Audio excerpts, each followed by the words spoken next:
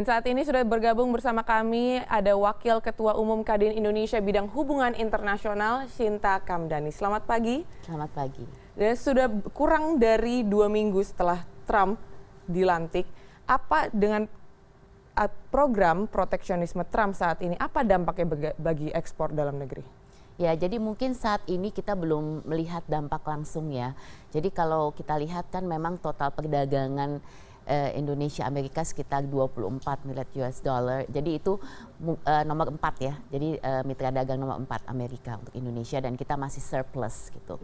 Jadi sementara ini mungkin policy Trump untuk mau menjadi proteksionisme ini belum benar-benar terrealisir. Ini baru-baru berupa satu wacana kampanye yang sudah dia lontarkan. Walaupun kemarin yang sangat menarik adalah bahwa dia mengeluarkan Amerika dari TPP, Trans-Pacific Partnership. Itu yang mungkin menjadi satu patokan, wah dia serius kelihatannya mau melakukan ini gitu ya. Tapi mungkin dampak buat ekspor Indonesia saat ini itu belum begitu kelihatan. Tapi nantinya tentu saja dengan implementasi bahwa Trump juga keluar dari TPP, sebenarnya itu ada advantage ya, ada kelebihan buat Indonesia. Jadi kita lihat memang efeknya mungkin tidak langsung, tapi melalui beberapa partner dagang kita juga yang besar lainnya yaitu Tiongkok. Sebesar apa bisa dampaknya jika Tiongkok terkena dari dampak Trump ini terhadap kita? Ya, jadi mungkin kalau kita lihat Trump sudah mengatakan beberapa kali bahwa dia akan menaikkan tarif ya untuk produk-produk import dari Tiongkok. Kalau kita lihat ini salah satu yang paling besar. Amerika itu mengimport sekitar 2,9 triliun dolar ya. Jadi it's a big market untuk negara-negara terutama untuk Tiongkok.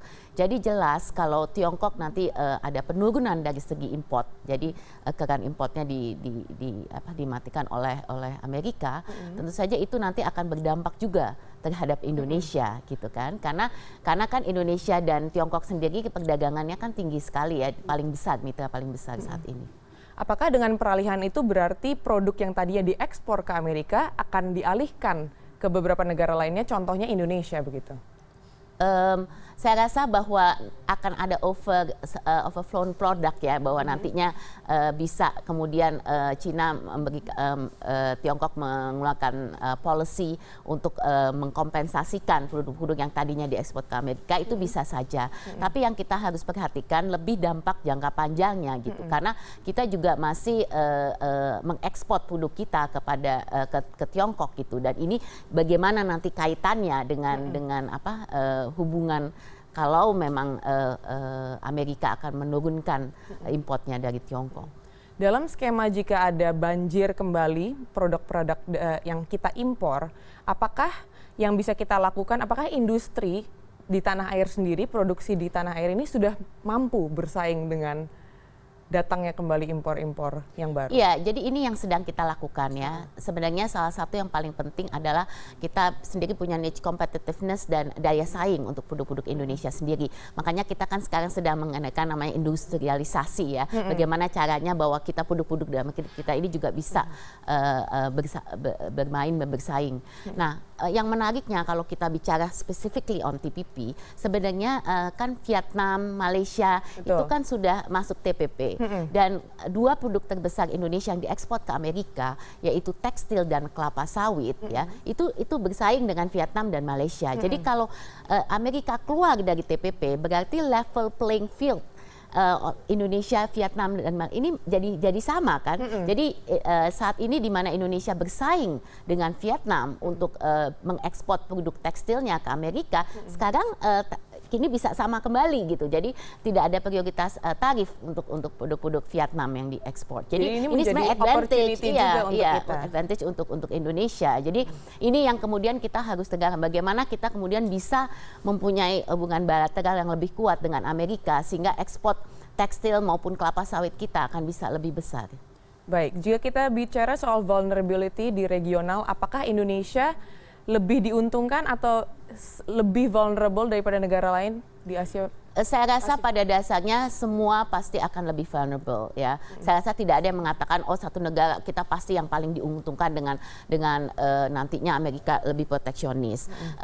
jelas-jelas Amerika nanti akan lebih mendorong juga bahwa perusahaan-perusahaan Amerika sendiri untuk lebih fokus di dalam negerinya, jadi memproduksi di dalam negeri Amerika, dan ini jelas akan berimbas dari segi investasi Amerika di negara-negara lain termasuk di Indonesia. Jadi ini harus kita perhatikan dengan repatriasi pajak insentif yang diberikan Trump nantinya untuk perusahaan Amerika, nantinya itu penurunan dari 35% sampai 10%, saya rasa itu sudah luar biasa ya. Jadi nantinya apakah ini benar-benar akan terjadi gitu, bahwa nanti mereka akan lebih fokus ke sana. Dan sekarang Trump sudah mengatakan bahwa produk-produk yang diproduksi di luar negeri oleh perusahaan Amerika itu akan dikenakan tarif yang jauh lebih tinggi kalau dia mengekspor ke Amerika. Nah, ini pasti akan berdampak.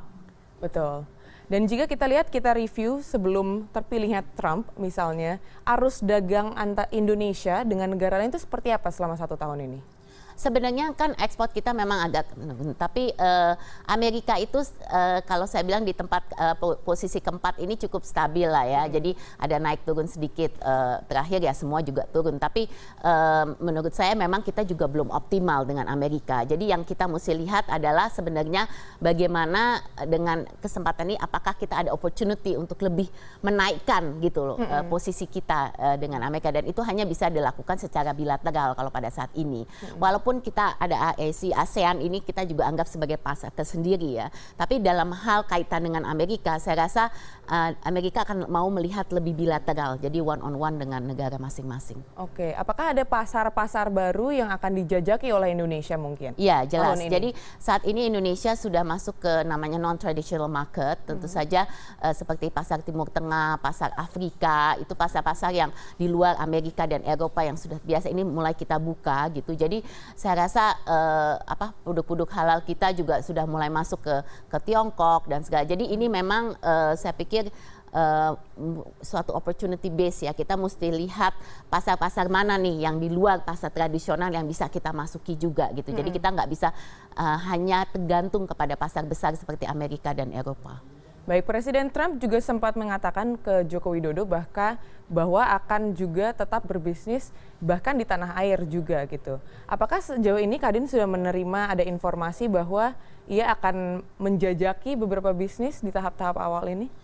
Belum ya, tapi kalau saya lihat pada dasarnya kan Trump ini juga seorang pengusaha, dan kalau kita lihat kabinet Amerika yang baru ini banyak latar belakang pengusahanya tuh besar sekali. Betul, gitu. ada Jadi Goldman Sachs dan juga ada Exxon. Apakah ini sektor-sektor yang akan di? Iya, saya rasa bukan sektornya saja, tapi prinsipnya bahwa sebagai latar belakang pengusaha mereka akan lihat apa yang terbaik gitu kan untuk bisa meningkatkan ekonomi mereka. Jadi saya pikir ini apa yang bisa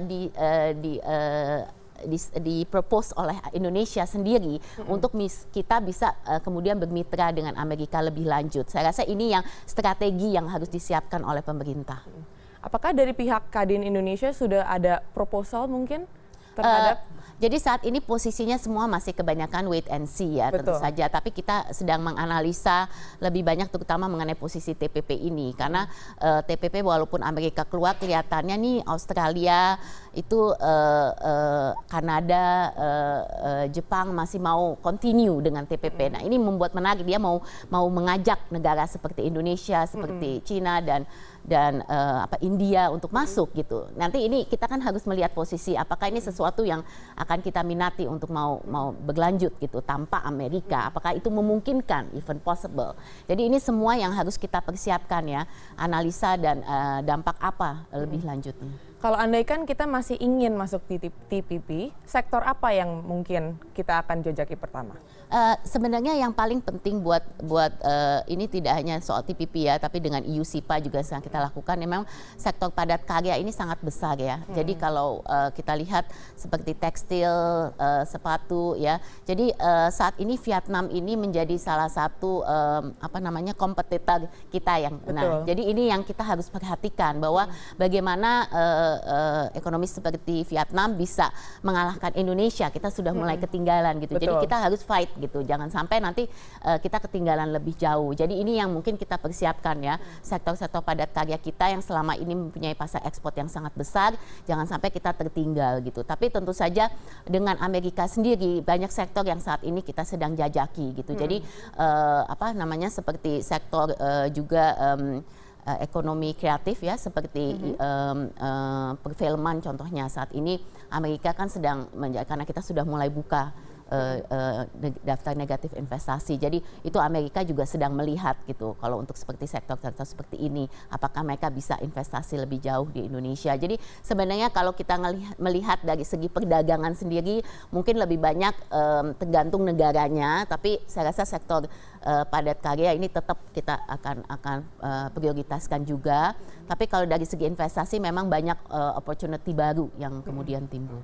Jadi kita bicara soal padat karya, apakah saat beberapa tahun lalu kita bersaing dengan Thailand gitu, tapi sekarang Thailand ternyata jauh lebih efisien daripada kita.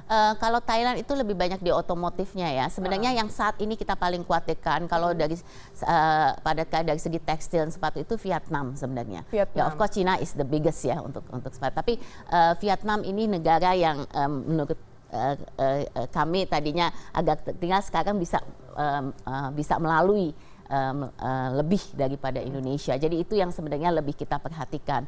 Kalau Thailand itu sebenarnya kekuatannya di produk-produk agriculture-nya juga, dan ini sesuatu yang kita juga sedang perhatikan, apakah produk buah-buahan tropis kita, produk-produk agriculture, terutama sawit ya. Jadi sawit kita kan produser yang paling, Indonesia termasuk yang paling besar ya untuk sawit.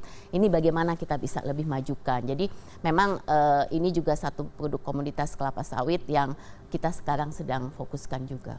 Baik, jadi jika bisa saya simpulkan, memang efeknya ini tidak langsung, tapi secara tidak langsung juga masih tetap bisa memberikan dampak yang cukup besar gitu kepada ekspor kita. Dan kita harap bahwa proteksionisme Trump masih bisa membangkitkan ekspor negara, dan justru bisa mengambil kesempatannya ini ya dari keluarnya Trump dari TPP. Ya, betul.